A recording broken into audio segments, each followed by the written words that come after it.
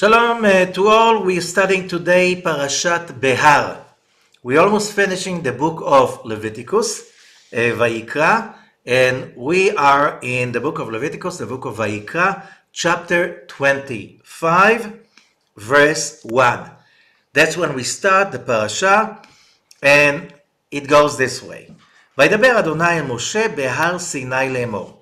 And God speaks to Moses, where? At Mount Sinai, saying, Daber bnei Israel, verse 2, talk to the children of Israel, ואמרת להם, and tell them, כי תבואו אל הארץ אשר אני נותן לכם, ושבתה הארץ שבת לאדוני. When you come to the land that I'm giving you, and the land will have a sabbatical to God. Verse 3, 6 שנים תזרע שדיך ו6 שנים תזמור כרמך ואספת את תבואתה. For 6 years you will plant seeds in your field. For 6 years you will harvest your vineyard, and you are going to take all the harvest. And then verse 4, ובשנה השביעית, on the 7th year, Shabbat Shabbaton. It's going to be a sabbatical. יהיה לארץ, for the land. שבת לאדוני, Shabbat to the Lord. שדך לא תזרע, you do not plant seeds in your field. כרמך לא תזמור, and you're not going to do anything with your vineyard, which means you cannot trim, you cannot treat it. את צפיח קצירך לא תקצור. It goes on like this, a sabbatical. Okay, and then it goes like, and on the 7th year, your field does not belong to you. It belongs to everyone. Everyone is allowed to come and eat from any fruits that will be there in your field, which is amazing, which means the concept is very, very clear. And here it is. What does it say? It says in a very simple language, and we go to the Zohar about it, because the Zohar always makes it very clear about what the story is about. And the Zohar says, basically, it is about the fact that everybody can eat from the field, since whoever owns the field is the creator. And he decided that every 7th year, everybody can eat from the field and from the vineyard or from the plantation, since that will remind you who really owns the land. You're not owning the land. By the way, we're not even owning our body, it's just on a lease. And to remind us who is the landlord, who's the landowner, just every 7 years we have a sabbatical. Okay? And then it goes farther, even farther, because of course there are much deeper understanding to that, and it goes even worse than that. I'm saying worse because, look, we know today how tough it is to just simply pay all the bills. Now, if you have this kind of a rule that says that every 7th day, Shabbat, you close the business and you do not answer the phones and you're not doing any business deals, no matter how important they are, 1 day a week, you're not doing business. That is very stressful. Okay, then to add on it, every 7th year, for the whole year, you cannot, and remember the ancient times, most people were farmers. There was no thing like industry. People were merchants, but mostly people were farmers. And then on the 7th year, you cannot do anything in the farm. Okay, That's on the 7th year, but that becomes even harder. Verse 8, וספרת לך 7 שבתות שנים, and you should count 7 sabbaticals of years. 7 שנים, 7 cycles of 7 years, והיו לך ימי 7 שבתות השנים, 9 ו40 שנה. And these 7 cycles will be altogether 49 if you didn't get it. Okay?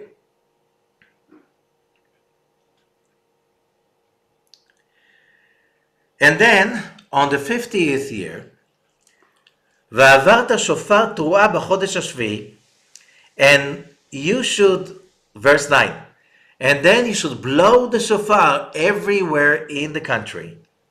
On the 7th month, okay, on the 10th of the month, which is Yom Kippur, ביום הכיפורים, and it says on יום כיפורים, תעבירו שופר בכל ארצכם, וקידשתם את שנת ה-50 שנה, and you will sanctify the 50th year. And in Hebrew, it's called Yovel. Okay? In English, Jubilee. Yovel, Jubilee. You know, if you realize that Yerushalayim becomes Jerusalem, Yehudim becomes Jews, so the Yud becomes a J, so Jubilee is simply the original word in Hebrew. Okay? You'll have this 50th year. ותהיה לכם ושבתם איש אל אחוזתו. Now, on the 50th year, it's even becoming more extreme.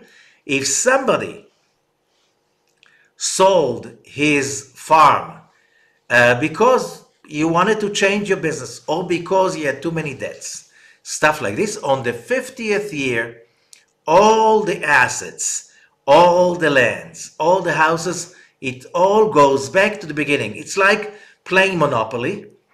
And on the 50th year, everybody gets the cards again like it was in the beginning, which means it's a kind of a mixed capitalist and communist regime. Yes, you have private property. However, you cannot play with it too much because every 50th year, all the cards go back to the same equality that it was in the beginning. Okay? But there's something important about it. We read Parashat BeHar always during the counting of the Omer, and you cannot escape the making the comparison between 7 weeks getting out of Egypt, and then on the 50th day, it is Mount Sinai Revelation, the holiday of Shavuot. And here we have 7 cycles of 7 years, and then the 50th year is the Yovel, the Jubilee. What's special about it? What is there anything in common between the two? The counting of the Omer, which means you reach after 7 times 7 days, you reach Mount Sinai Revelation, which is the 50th day, and here you count 7 cycles of 7 years, and on the 50th year, there's a special event, which is the Jubilee. Is there anything in common between the two dates? And the Zohar explains to us in a very simple way that there is something in common. We know that on the 50th day, every year, on the 50th day after the Exodus, we count the Omer, 7 times 7, and then on the 50th day, which is the holiday of Shavuot, we have the opportunity to connect to the original force that has been revealed over Mount Sinai, and whoever taps that power can achieve at least for 1 year immortality, which means, as the Zohar says in the introduction to the Zohar, there's a whole essay on verse 125 and on about the secret of Shavuot. And it says that on the 7th, on that day of Shavuot, whoever does the counting of the Omer and then studies the whole night of Shavuot, he can receive so much light that it is guaranteed that that person will not die that year. Okay? Now, what does it mean that year? Is it for the next 12 months or is it till next Rosh Hashanah? That's not the issue. The issue is that there is kind of a guarantee that if somebody has a decree of death over their head, Shavuot, you can touch that power that even though you're carrying that decree of death with you or upon you, you can annul it and connect to life every year again on Shavuot.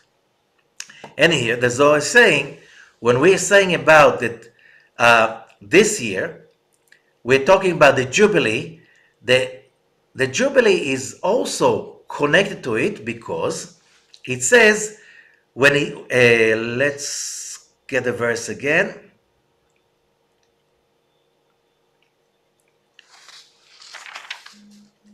Okay, when we go to verse 13 in chapter 25, this is a very central verse in a whole issue, topic in the Zohar that is called the resurrection of the dead. And it says in that verse, Bishnat hayovel hazot tashuvu ish el achuzato. On this year of the Jubilee, you will come back, each person to his estate. And the Zohar says, we are talking about that on the year of, or the time when the process of the resurrection will start, all the details of that process is encoded in verse 13, chapter 25 in Leviticus, in this parasha, Parashat BeHar, which means the whole story about the Jubilee has inside it encoded the power of reaching immortality, resurrection of the dead. And when it says that every person will come back to its asset, so when we're talking about the biblical Jubilee, the simple explanation, yes, every 50th year, in the game of Monopoly, the game of capitalism, everybody gets back the same cards that he got in the beginning of the cycle. And then the cycle starts all over again.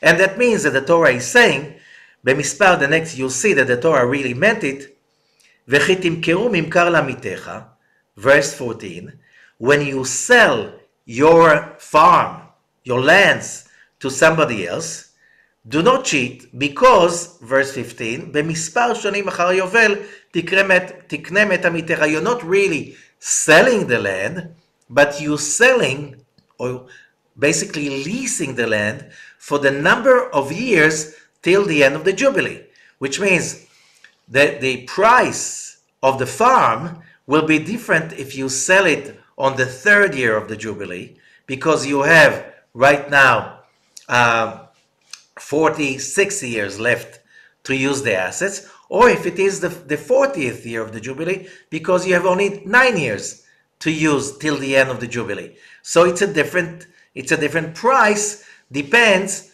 how many years are left till the Jubilee, which means when the Jubilee arrives, it's for the whole land. Okay?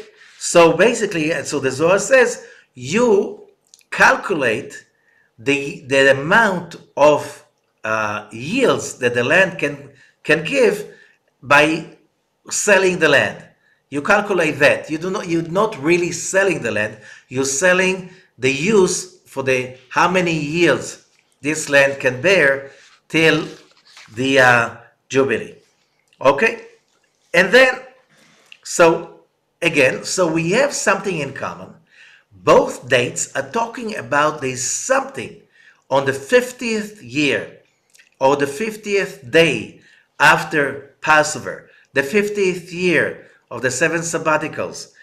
And there's something on that special year that has to do with freedom. And because it says so, really,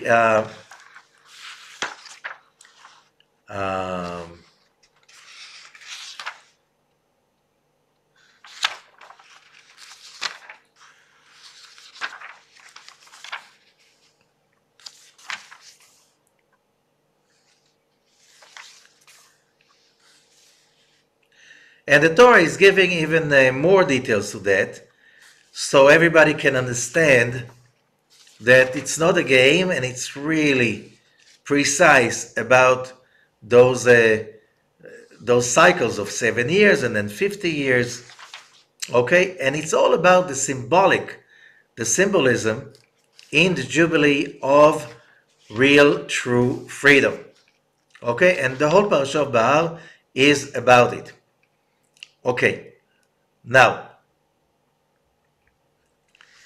even slaves are being sold.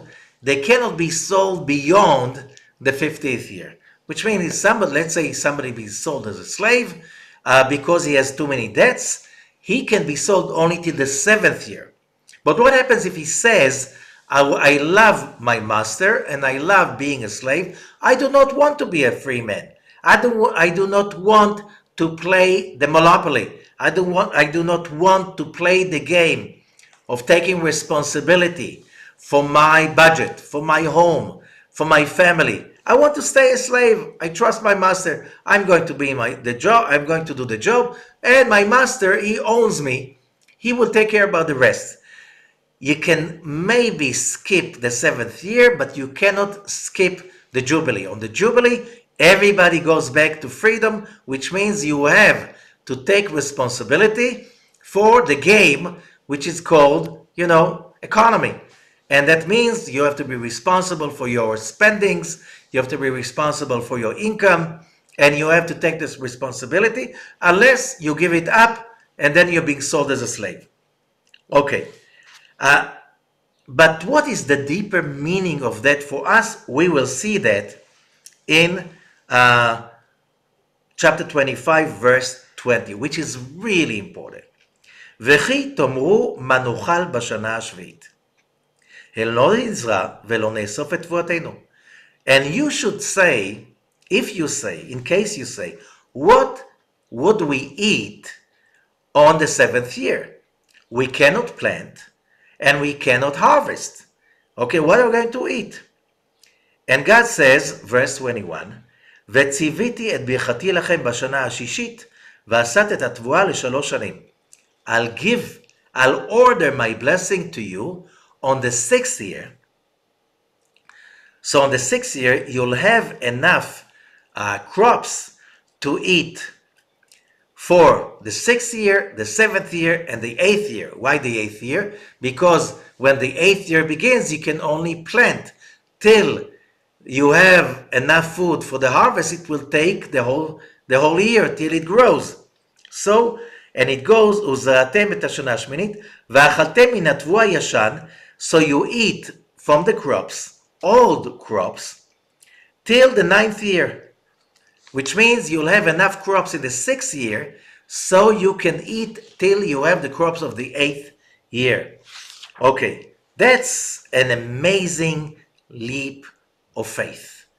What is the Torah teaching us over here? And let's go back to what we said in the beginning. In the beginning, when we just read what's on the 2 tablets, it says there about Shabbat. Shabbat, it's tough enough.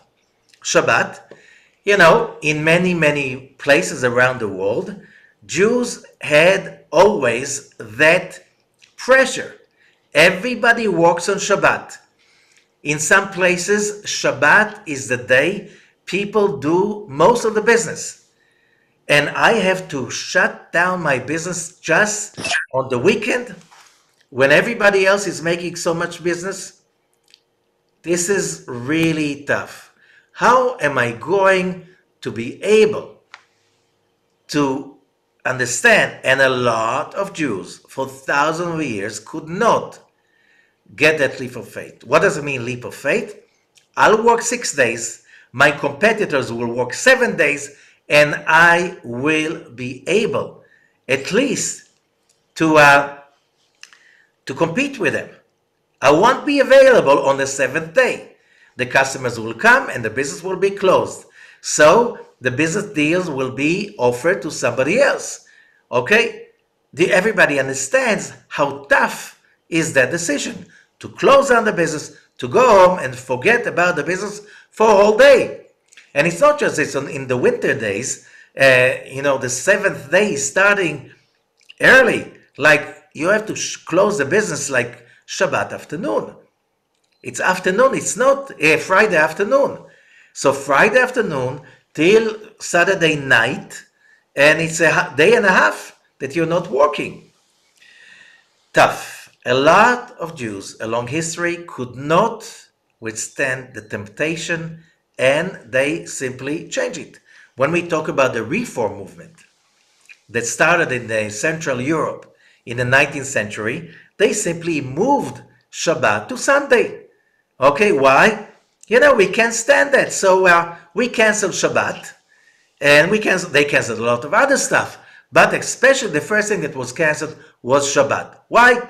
Everybody at that time in the Christian world was working on Saturday, so I have to work on Saturday if I want to compete, because the economy became faster and faster, and a lot of people did not have the ability to cope with it. We have over here a leap of faith.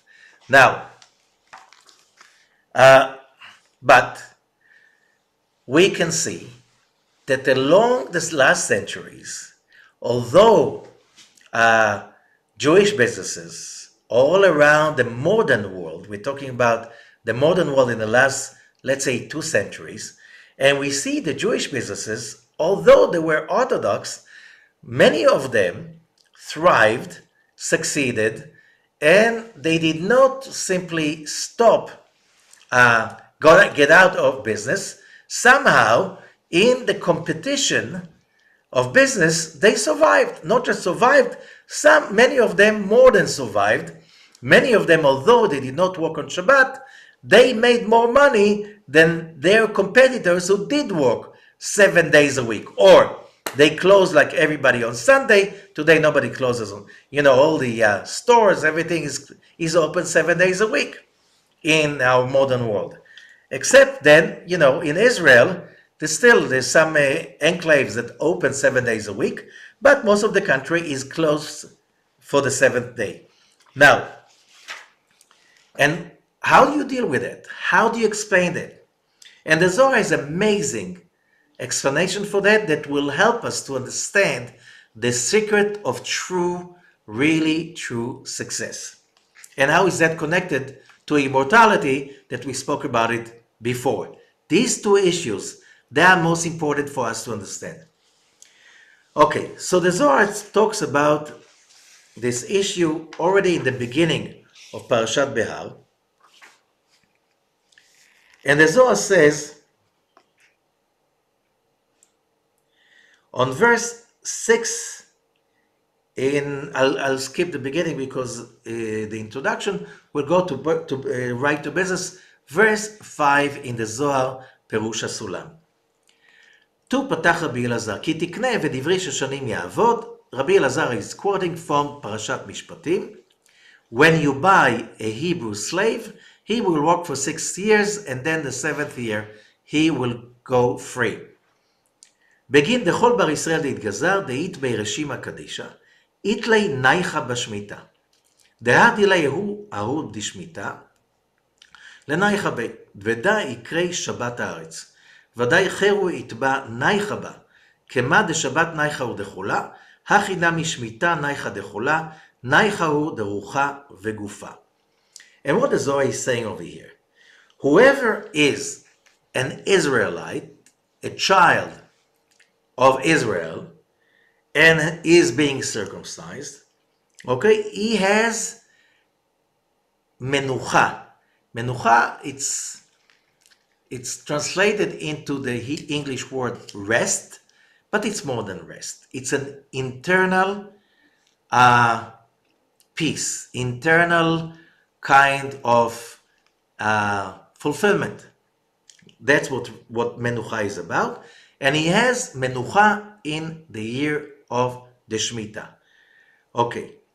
Now, the 7th year, we have to remember that in Hebrew, the name for the 7th year is Shmitah. And the word Shmitah is coming from the letters, the shoresh, shin, mem, tet, Shin Mem Tet, Shamot, means let go. So what is the name of the seventh year? The year of letting go. It's not called in Hebrew the seventh year, it's called the year of letting go. Letting go of what? The race. The race of making more and more business. Today, it is not that understood, because even in Israel of today, that the Shmitah applies to, the Shmitah does not apply outside Israel, but only a very small percentage of the population in Israel are farmers. Israel is more industry and commerce land, and you don't need the farming is so industrialized that you don't need too many farmers. You can make enough with less farmers with all of this advanced technology of farming. Okay, still you have this issue. Okay, the concept is very strong. How come you come to a year that you have to simply let go from developing the land, developing the crops, planting, finding different ways to expand the crops by fertilization? You cannot fertilize, you cannot do anything of development of the land itself. And that is really not just planting and harvesting and selling it. You have to let go of that. And what the Zohar is saying, on one hand, it's a let go. On the other hand, it is true inner rest. Lanuach ba, he can rest on that year.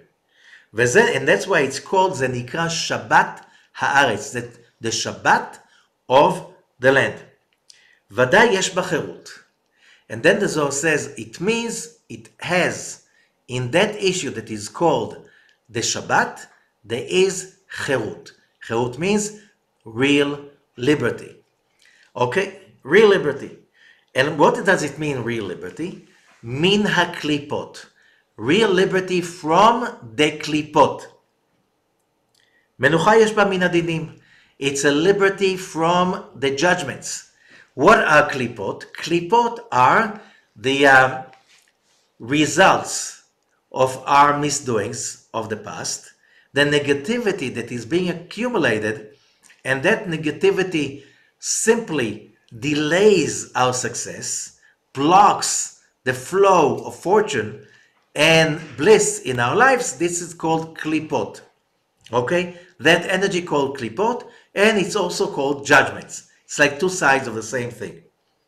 The same way that Shabbat, the seventh day, is a rest for everything, Kach Shmitah, the seventh year of the land, it's also the rest for everything. It's a rest for the body and for the soul. Rest from what? Because all our lives we are fighting, says the Zohar, we are fighting the klipot and the judgments. That's our job. Okay. Let me try now to translate it into our modern language. Okay? First of all, what is the main work, daily work, of every human being? There are two kinds of work. One kind of work is what looks superficially as work. You get up in the morning, you go to your office, you go to your business, you open your store, you go to the field if you're a farmer, you go to the factory if you are in the industry or whatever. And work means that you go and you do all kinds of stuff that allows you some income daily, monthly, yearly, on the project, depends, but that's work. Okay? However, it looks like this is not the complete definition of work. When we go deeper to the spiritual aspect, work, the real work of a human being, is the work that we do in order to generate completion out of incomplete reality. Reality is incomplete. For instance, I want to live in a house, but in the place I want to live, there's no house. There's just some rocks and dirt and soil and whatever. So what do I have to do? I need to buy the land. Okay, let's say I own the land. So now I need to get an architect, I need to get permits, I need a lot of stuff until I get the permits. Now I have to find a constructor. Okay, now I have to find all kinds of other people that are good with the work. I have to find the materials, and finally, when I put everything together, luckily within a certain amount of time, I have a place I can move in and live in. Okay, things that, same thing, I'm hungry. Okay, so let's say I own some land. You can't just eat the rocks or the soil. You have to prepare it for the planting. You have to decide what you're going to plant. Then you have to spend money on preparing the land, fertilizing the land, cleansing it from all kinds of pests and stuff like this, and then make the plant and then treat it until finally you have some food. It will take a while. But you can turn a desolated piece of land into a land that is bearing fruits and income, also in livelihood. That's on the physical plane. That's every person's work. You take stuff that is broken, incomplete, you put it together either for yourself or for somebody else, and then in return you get what is called livelihood. Okay? Some people have more talent in doing that. Some people have less. Some people can make just enough to survive. Some people never can make it enough to survive. So always they're losing. And therefore they're always like feeling depleted. And, it's a kind of being a loser because you lose every month. How much did you earn? How much did you spend? Wow, I lost a lot of money this month and the next month and the previous month and so on and so forth. And some people, they make much more money than they can spend. So they become richer every month, every year. Okay, that's how you divide humanity. But the great question is, what makes the difference between people who are successful and people who are not successful? So a lot of research was done about it. A lot of money was spent on different ideas about what makes people successful. And then a few decades ago, the world of psychologists has been changed. I know everybody has jokes about psychologists. Everybody knows jokes about psychologists. Why? Because for many years, people went to the psychologist and the method was, tell us what hurts you. And then for years, you go and you talk about what hurts you. And, somehow somebody was willing to listen to what hurts you. And then you paid him money, but he was willing to listen to that the next week and the next and another week and another week. Anyway, you spend the time. And it looks like it took the burden off your chest because you had somebody who listened to you and did, yes, you've been abused. Yes, it was horrible. I understand your pain. I understand your anger and so on and so on. But a few decades ago, many psychologists decided that this goes nowhere. And they started to go towards a different direction. And this direction was called positive psychology. Yes, you went through a lot of trouble and pain and misery and so on. And we understand you are full of pain. But we have a question. We want to deal with this issue. And the issue is like this. What is that you want to do with your life? That's called positive psychology. And that trend started a few decades ago. And it is much more, numbers show, research is showing, it is much more productive than just talking about what's wrong with your life. If you basically focus on what is good and what is that you want to do in your life. And Kabbalistically, basically, you can bring it down to one thing. If you want to be successful in everything you do, instead of being focused on what's wrong, you should be focused on what should be done, what should be good. Or can explain it differently. Instead of focusing on the problem, you should focus on the solution and focus outside the box on how can you do it better. Okay? And then came out a concept that is called Positive Psychological Capital, which means people who are successful, they have what is called positive psychological capital. What does it mean? Positive psychological capital.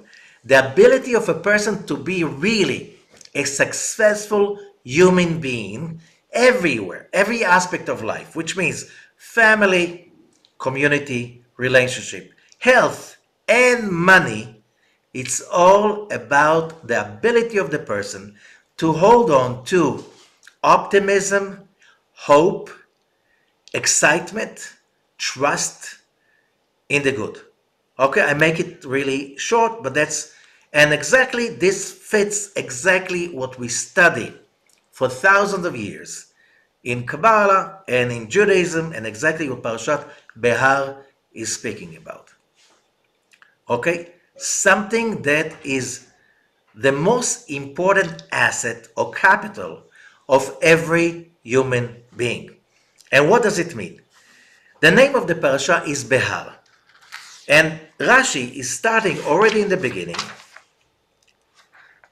with a thousands of years old question, which says, Vaydaber Hashem el Moshe be'ar Sinai. The beginning is, and God speaks to Moses on Mount Sinai, saying, speak to the children of Israel and tell them about the 7th year and the 50th year, the Jubilee. Okay? And all sages are saying, all the mitzvot have been given on Mount Sinai. It doesn't say that it doesn't have to mention that they were given on Mount Sinai. Why here? You have to mention that it was given on Mount Sinai. It is not normal because all the mitzvot were given on Mount Sinai, but it doesn't say they were given because it's understood they were given on Mount Sinai. Why here? It should be mentioned. And the question is very simple. You know, in English you say, when people speak about two things that have nothing to do with each other, you say, this is apples and oranges. You're talking about one thing, but it belongs to something totally else. Mount Sinai is outside of the land of Israel. Shmitah is in the land of Israel. So in Hebrew, instead of saying, what are you talking about? This is apples and oranges. In Hebrew, you say, what's the connection between Shmitah and Mount Sinai? That's a common Hebrew, even if you're not religious, that's what you say. What's the connection between Shmitah and Mount Sinai? Okay? Basically, it's quoting Rashi, that wrote it 1,000 years ago, and he also quoted it from more older sayings. Everything, all the details of all the mitzvot were given on Mount Sinai. Why do we have to add up that this is on Mount Sinai? Okay? And the answer is because he doesn't answer. Rashi does not answer. He just gives us a hint. But the Zohar gives us the answer. And the Zohar says, when we are connected about that spiritual level that is called Shabbat, that is called sabbatical, that is called the Jubilee, all of them speak about connecting to that frame of reference, that layer, that state of mind that is the state of mind of the high spiritual realm, that when you reach that place, you have what the Zohar says, true rest. And what does mean true rest? Liberty. Let's say somebody thinks he has liberty. Okay? He was liberated, which means by state law, he has all the rights for his property, whatever, like it is written in many, many, many countries of this world right now. In the Constitution, you have liberty. You have all the rights for your own liberties. Nobody can take away not your money, not your health, not your possessions, not anything that belongs to your freedom, what you define as freedom. And you look at the person, it doesn't look like this person has liberty. Why? Because as Zohar says, so liberty means liberty from the judgments and the klipot. How do you know somebody does not have liberty from the judgments and the klipot? Very simple. You look at the person and it looks like all his rights are guaranteed. You know what? The person even has a lot of financial success. Let's say the person has money in the bank. He has nice savings. Okay? He has a house without any mortgage. Okay? He lives in a free society. Nobody can take away his savings and his home. Okay? Nobody can just burst into his house and take him to prison without any. You know what is the definition of modern liberties, of a modern democratic society? You look at the person, he doesn't look liberated. Why? He has or she inner judgments. And what does that mean? The person is simply loaded with anxieties, with hatred, with fears. And these anxieties could be about losing all your money, gaining weight, becoming old. There's so many anxieties. Maybe one day I'm going to lose everything. Maybe my spouse is going to betray me. Maybe my children are going to leave me alone and we'll never see them again. Maybe they already did it. Which means as long as a person has fears, angers, upset, all kinds of negative emotions, you are not liberated. And that means that your positive psychological capital is very low. Could be that you inherited a lot of money and assets from your parents. Could be that you made a lot of money through any kind of business you did, whatever, and it was very honest. Everything was, but you still, as long as you still have anxieties, fears, upset, anger issue and stuff like this, you are not liberated. So basically, you are, maybe legally you have liberty, but mentally, psychology already defined it, what the Zohar was saying, you are a slave. Your positive psychological capital is so low that you feel poor and you don't behave like you're rich because you're really poor.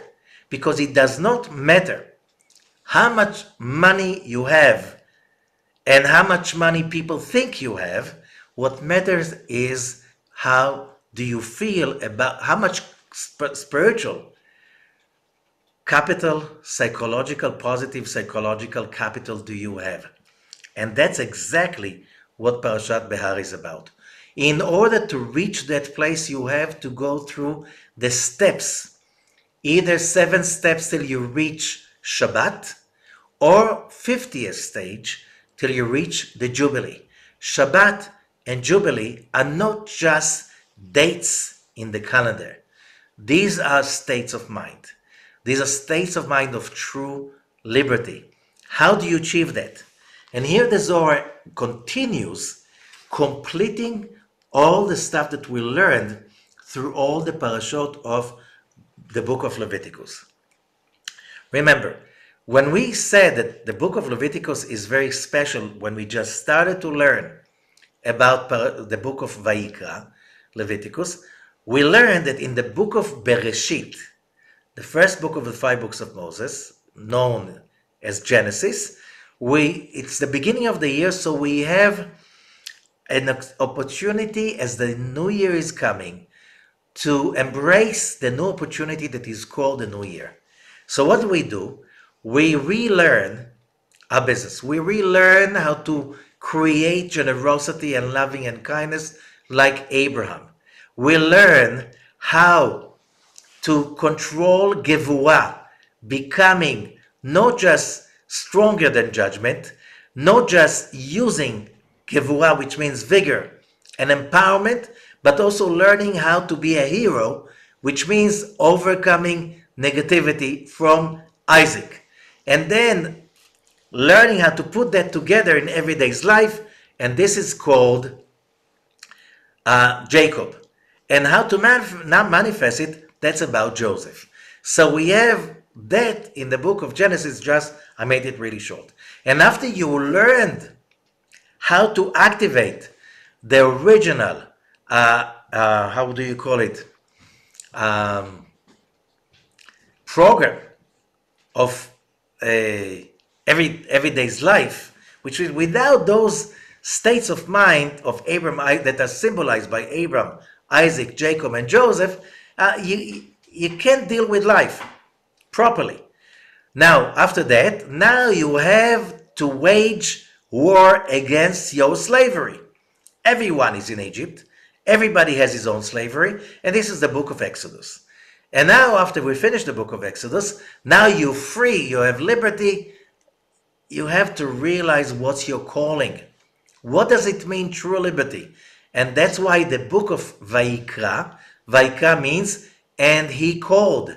That's God's calling to each one of us. The whole book of Vayikra, the whole book of Leviticus. And BeHar basically sums it up. Usually BeHar and Bechukotai are being read together as the last week of the book of, the last reading of the book of Vayikra.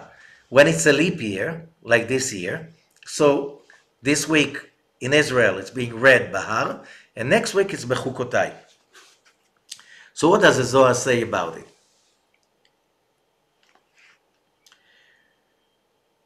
There is a secret, the Zohar says. I'm reading from verse 9 in the Zohar of Asulam. Omnam zeu, so there is a secret over here, which means this is not something you can see obviously with your eyes. And it's not something you understand, most people understand logically with their brain. And that's how we learn. Katuv, זכרנו את הדגה שנאכל במצרים חינם. It is said,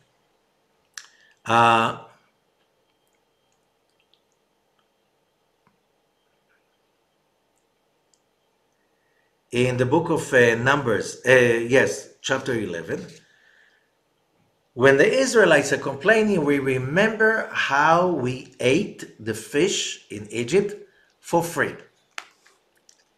What does it mean? Did you get free lunches in Egypt? You were slaves. You didn't get any salary. You were somebody else's property. You were Pharaoh's private property. He could do with you whatever he wanted. Like it was the law of slavery in many countries around the world, even just a few centuries ago. And some countries, there's also yet slavery. Okay? What does it mean we ate for free? You worked for it. And the Zohar says, Chinam, it means without making a blessing over your food. The Israelites, when they were slaves, they did not have any mitzvot. They didn't have to bless on the food. They were out of it. Why? שלא היה עלינו במצרים עול שלמעלה. Because in Egypt, we did not have what is called the yoke of heavens. What is the yoke of heavens? Come and see, says the Zohar. בואו ראה. עבדים פטורים מעול מלכות שלמעלה. Slaves are exempt from the mitzvot. Why? Says the Zohar as forward. They're exempt from the yoke of heavens. They don't have to be worried about heavenly whatever punishment and reward and stuff like this. You are property of your master and you serving your master. You cannot serve two masters at the same time. You cannot serve your human master and at the same time serve the creator. It's like either or. What does it mean? Ma'u ol malchut shamayim. So what does it mean, the yoke of heavens? הוא כאותו השור שנותנים עליו תחילה עול כדי לעבוד עמו, ולהוציא ממנו טוב לעולם, ואם אינו מקבל עליו עול ההוא, אינו עושה כלום. כך צריך האדם לקבל עליו עול מלכות שמיים בתחילה. אחר כך יעבוד בו כל מה שצריך. ואינו מקבל עליו עול הזה תחילה, אינו יכול לעבוד. You can compare it, says the Zohar, to an ox. Let's say you're a farmer, and your cow gave birth to a calf. You raise that calf, and at a certain age, the calf is old enough, you put a yoke over him. If you've seen rodeo shows in America, when this kind of an ox gets the, not just a yoke, but also somebody sits on that yoke, they go crazy. Why? They don't like a yoke. Who likes a yoke? Who likes to be committed, to something extra, something higher than me? So, the Zohar says, you put the yoke over the ox, the young ox, and you see. If you can make him accustomed to it, and then the ox does not throw away the yoke, it does not go wild anymore, then you can harness to the yoke, you can harness a plow or a wagon or anything that he can do some work with it. You now have an asset. Why? You can use the ox for work, and for that you're going to feed the ox. But what if this ox does not want to accept the yoke? He cannot get used to it. He's going crazy, he's wild, cannot. What do you do with the ox? Are you going to spend money on giving a place to sleep, a place to stay, and feeding him every day? No, you're going simply send him to the slaughter. At least you can sell his meat and skin and bones and so on. You make money out of that because it's good for nothing. Same thing says the Zohar with a human being. If a human being, every human being must make a choice. Who is my master? If my master is my fears, hates, lust, all that is connected to the body, needs, desires, the beastly needs and desires, if I am enslaved to that, I'm good for nothing. What does it mean? A person that is committed only to his internal desires, which basically it's called judgments. He is a slave. He is a slave to the evil inclination, to the body desires. He is enslaved to his yearns and whatever emotions that sprout in him, and he's good for nothing. What does it mean? Psychologically, there is a term for it. The person does not have positive psychological capital. Why? Everything upsets him. Everything gets him scared. And if he's not, let's say the person is not scared at all. He has the guts. He goes, he makes business deals. He's risking himself. But he makes a lot of money. However, he is now enslaved to the power hunger. He's enslaved to sexual lust. So he gets himself mixed with, could be either sex, all kinds of, he's enslaved to other people's recognition. He is enslaved to drugs. He's enslaved. We know the disease. All of those diseases that are now recognized basically as lack. The person has everything, maybe. He made a lot of money, but what matters is your positive psychological capital. Why? As long as you are a slave to anything in your physical dark evil inclination, which means the body needs and urges, and what is called ego. The ego of about, power and stuff like this, you're poor. You're poor. It doesn't matter what people say about you. You are poor. You have very little ability to deal with life. Then you will see that a person like this is good for nothing. It's like every day, every month, every year you go through, it's spent on worries, chasing after your lust, your needs and stuff like this. Real, true fulfillment is impossible to reach. Only some momentary, which means high and by, very short-lived excitement and fulfillment, because you are a slave to your body consciousness. However, the only way to achieve true liberty is when you take the yoke of heavenly kingdom. That yoke of heavenly kingdom means you have, on one hand, a commitment to fight. To fight who? To fight the anger, the lust, all of those beastly emotions that you can see them in your dog, in your cat, in other animals, either it's fear, whatever. Since the moment you choose one master, which is God, which means you choose that your calling is to overcome all those mental limitations that are coming from the physical limitations. The moment you choose that, this is the only way for redemption. And this redemption is called immortality. What does it mean, immortality? The Zohar is teaching us, when God says to Adam, the day you will eat from the tree of knowledge, you will surely die. Adam ate from the tree of knowledge, and he died only 930 years later. Where's the punishment? All the sages are asking, where's the punishment? And the Zohar is answering, the moment Adam and Eve ate from the tree of knowledge, they started to die. Which means every time we get insulted, we get scared, we get upset, we get angry, and then that moment we feel darkness, despair. We are focused on feeling how terrible life is about. We are disconnected from the light of the Creator. We're disconnected from our calling. And this is when we get a touch of death.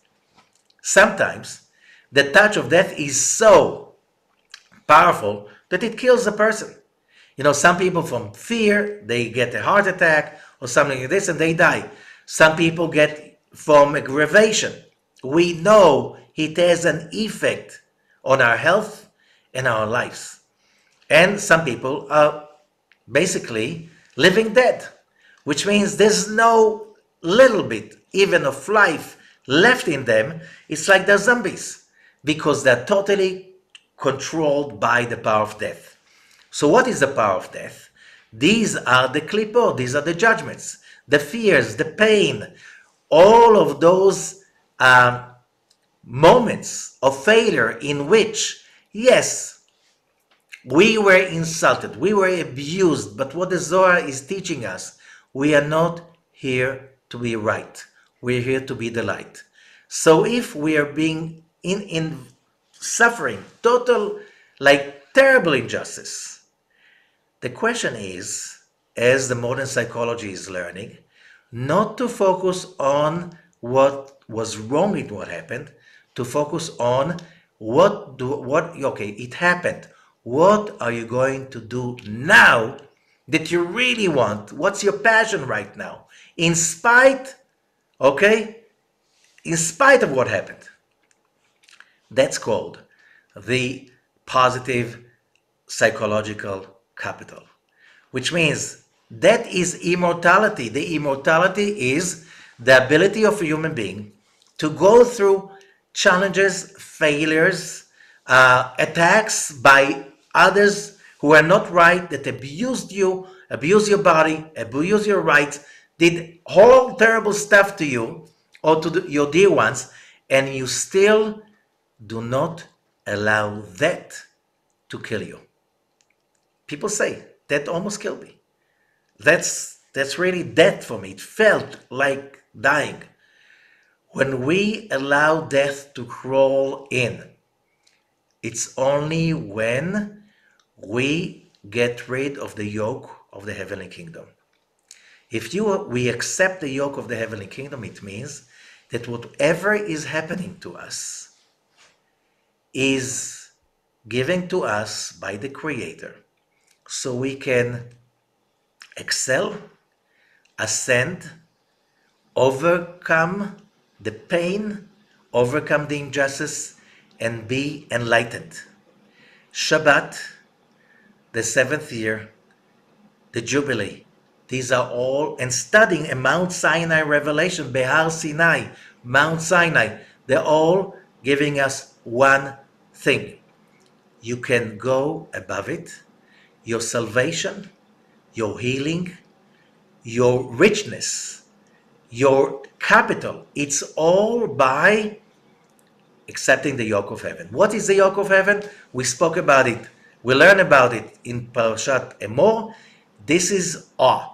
When instead of allowing the fear and the anger, the frustration and the hatred to crawl in and kill us. What do I mean kill us? So I won't die that day. But my energies, my capital has been diminished because I lost most of it because I became a victim to my own reaction, to the hatred, to the feeling of injustice. Instead of saying, this happened.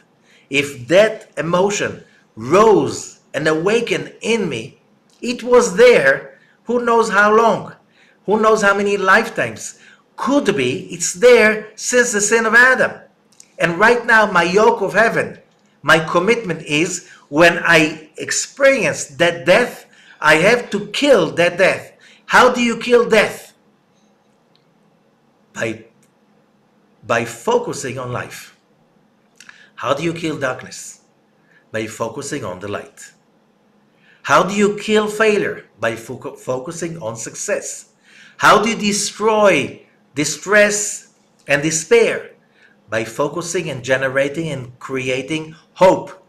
All the study of the Torah, all the meditations, all the prayers, it's all about one thing, to extend our ability to create exactly what I'm just saying right now. When we have the stronger, the bigger, the more expanded is the awe that we have, the awareness, the godly awareness that whatever happens, it's not about them, it's about me. It's about my relationship with the Creator, with His light. There's nothing else that is important. Do I let my emotions, do I let my logic, sick logic, kill me by convincing me, yes, I believe in God, but this was unfair, unjust, and I can't accept it, and I have to be upset about it. What are you doing right now? You're committing suicide because you replace the yoke of heavens, saying everything is for the good, and if I meet that negativity, I meet this angel of death, my job is to kill him. Because that is the job of humanity, no other job. So some people are making money through banking. Some people are making money through industry of making garments. Some people are making furniture. Other people are creating high-tech stuff and computers, hardware, and some people create software. Does not matter. The real job of every human being is kill death when you meet him. Why? The sin of Adam was submitting to death, submitting for the reaction. How do we correct it? Doesn't matter. Yes, again, it does not matter if the other person is right or wrong. Okay? Nobody gave us the power to be God's accountant or judge. Okay? Our job is not to let it kill us. And how do we connect to that immortality when we study what's given on Mount Sinai?